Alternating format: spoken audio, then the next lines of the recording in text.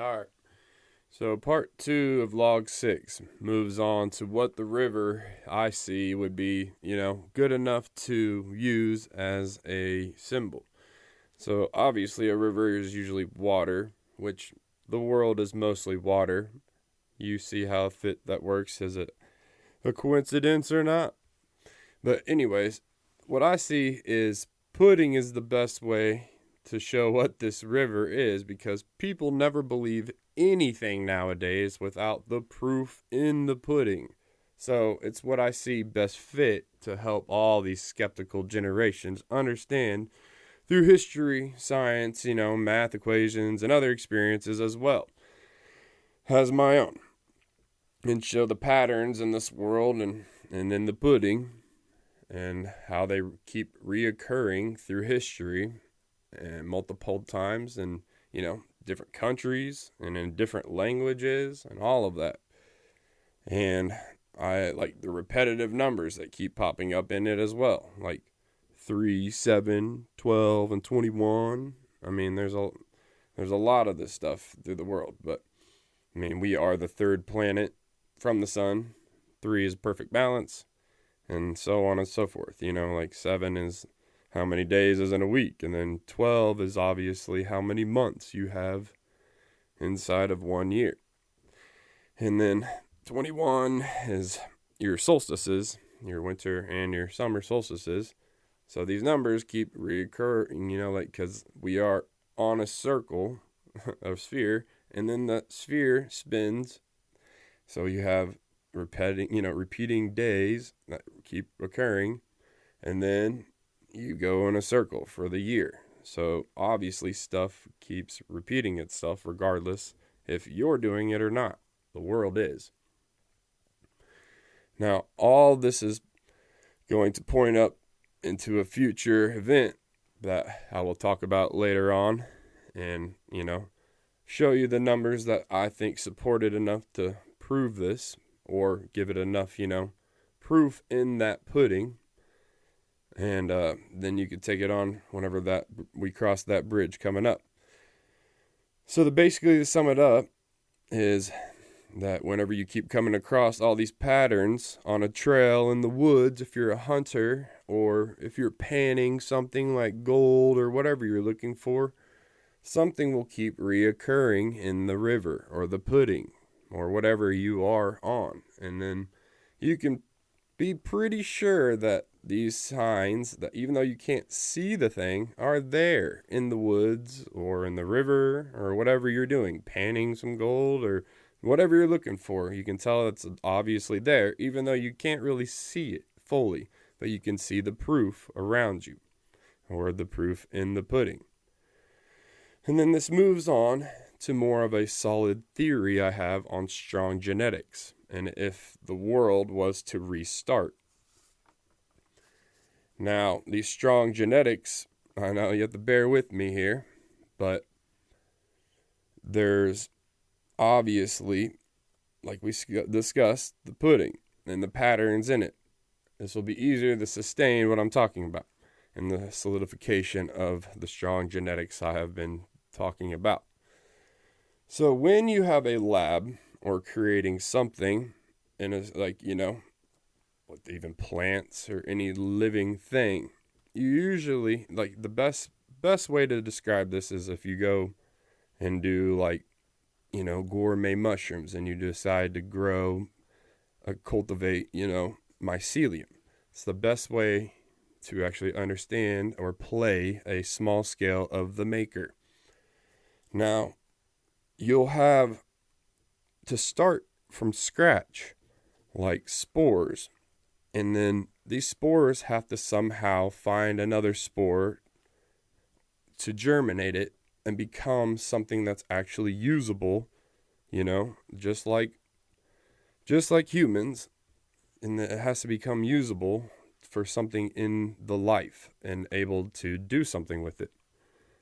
So starting off, your genetics usually aren't the strongest, and you have to find and select through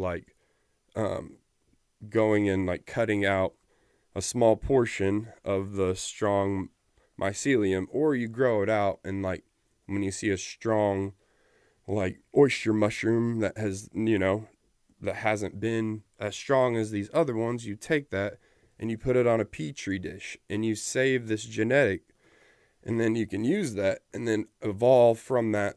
Just like humans, if we are on this petri dish, you can be obviously given stuff and help you evolve into this refined age that we clearly have reached and overreached, I believe.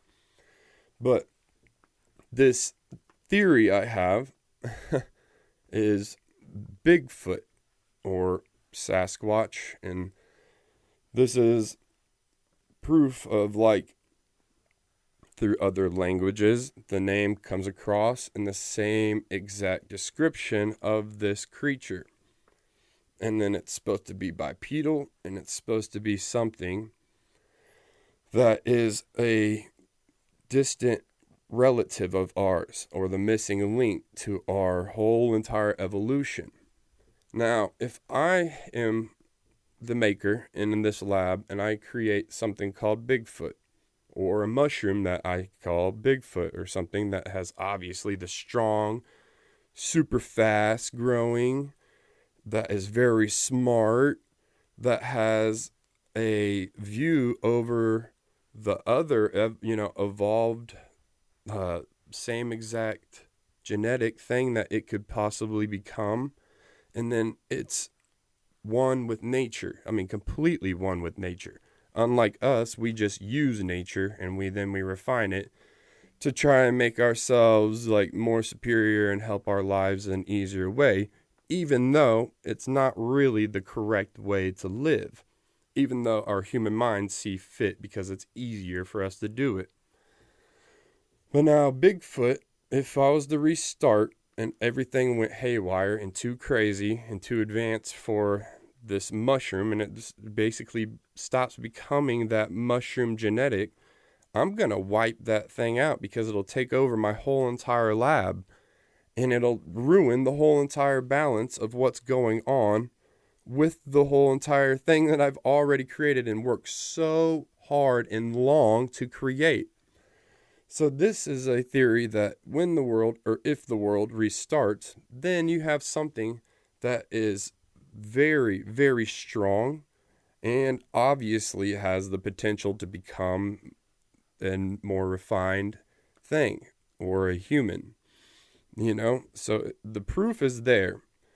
All of the theories and all the evidence and the people running around in the woods looking for this thing, they clearly have this, enough belief in it that they're out there wasting or using their most precious thing in the world as their time. So clearly there's something more to it. But this is just part of this theory. And what supports this is, like I'm trying to explain in science, is this is called like a constant usually. I believe I'm using this right, where if, you need a fallback or something that is grounded basically to where you can always go back to and make sure, and like even in math and stuff, you make sure you have a grounded equation because you need that to go back to, because if you don't have something on the ground, then you have no structure to really go right, to understand what you're even trying to, go further into that investigation or evolved form of understanding, or even a math equation and stuff like that, which obviously all equations lead up to something in this universe. So it still correlates with, something that's in the world or around the world. So then, like, obviously Sasquatch, is a very solid theory for that genetic, if you were to go back to it.